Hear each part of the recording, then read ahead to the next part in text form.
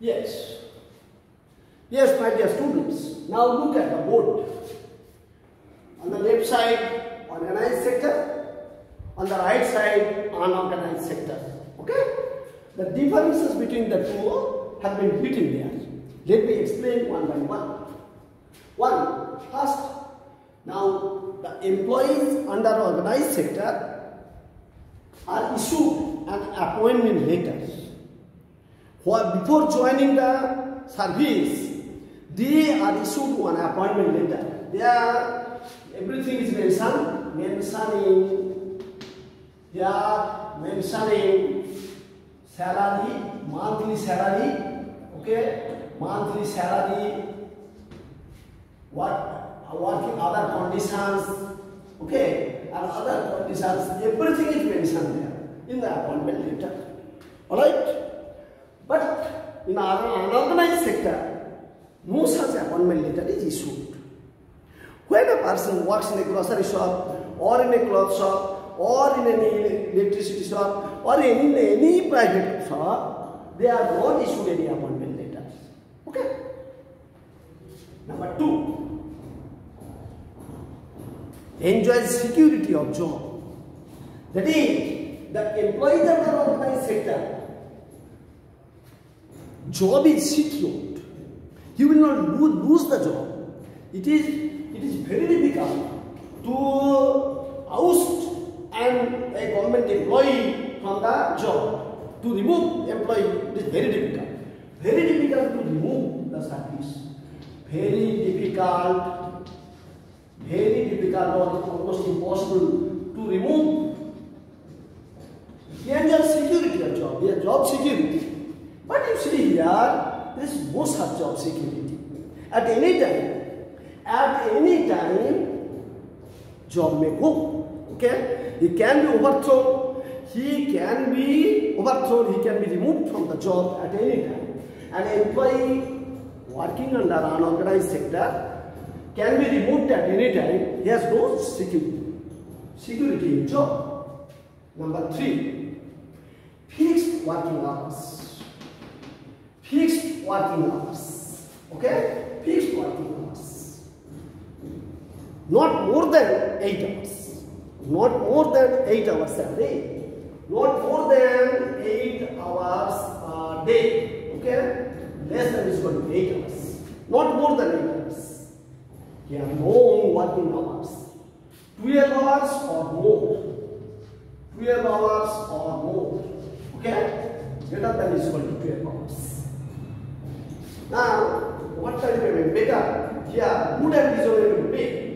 Okay? Now, you see that fixed working hours, but no overtime. Here you see that if a government employee, if an employee working on the organized sector works more than his fixed time, he gets an extra pay. Extra pay for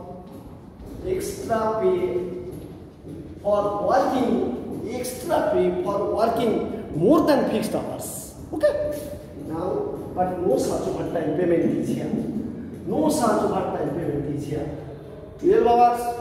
If an employee under unorganized sector has to work, say, 15 hours, okay, no matter at all. He is not allowed any overtime pay. Now, fine. Good and reasonable pay. Yes. The pay is such that he can maintain the family proper. But here, very, very low pay. In unorganized sector, very low pay. Understand? Okay. Now, not only that, he enjoys many other benefits. One, paid holidays, that I have already explained.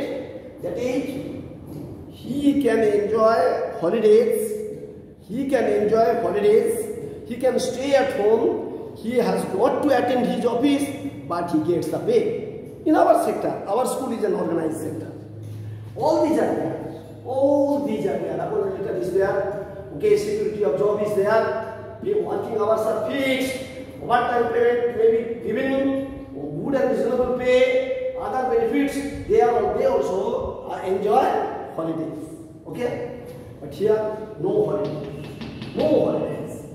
Provident fund, I have explained. Okay, I have already explained. Just after the difference, after showing the difference, I will tell you, I will again describe the what provident fund is. I will describe. Medical benefits, that is medical allowance. In the organized sector, their monthly medical allowance they get, or they can get free treatment. They can get free treatment. Okay, but here no such medical benefits. Now, pension and gratuity, that will also I will explain. Here no pension and gratuity. Here no, but here pension and gratuity.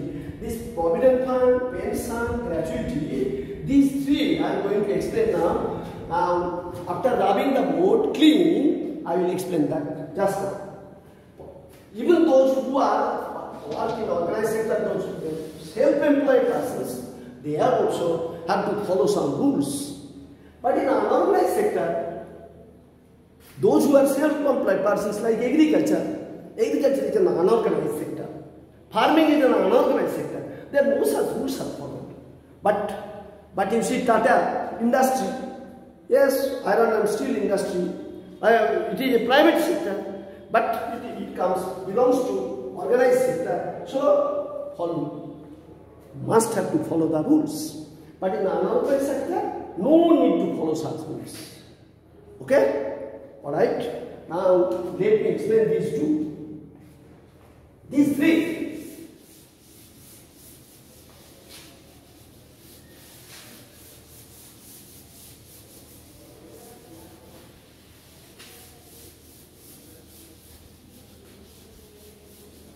Yes, provident fund.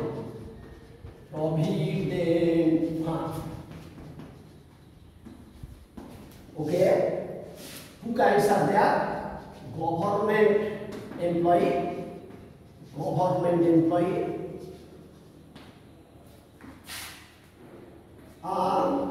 portion of salary, a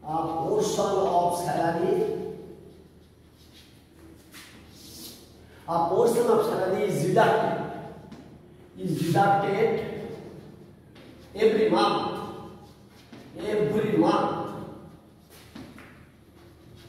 Okay, and deposited to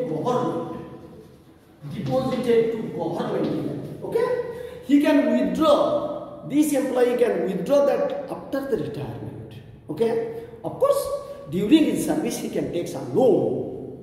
This is for government, and also non-government employee, like our school, they are, this is past, this remains.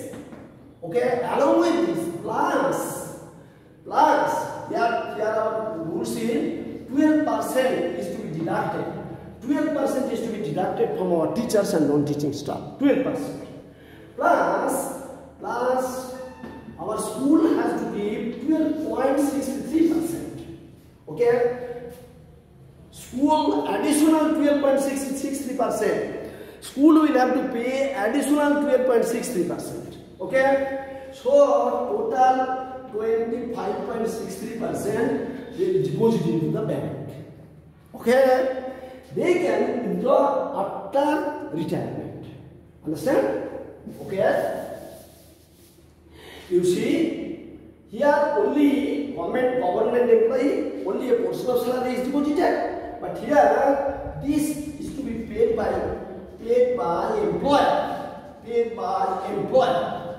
employer. Okay. Now, pension. What is pension? Pension is even after retirement, that is even after the end of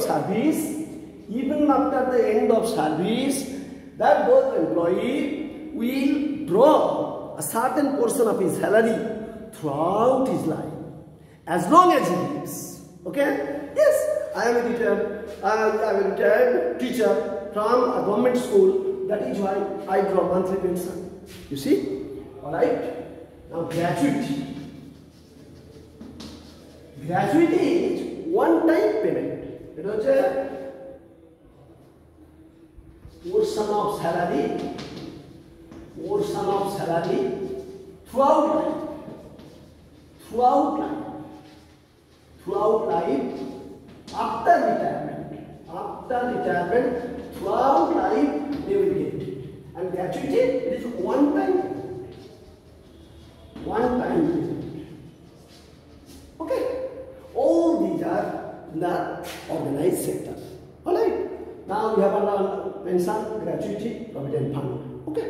Now, in the next video, I will discuss answers to the questions in Let's Discuss.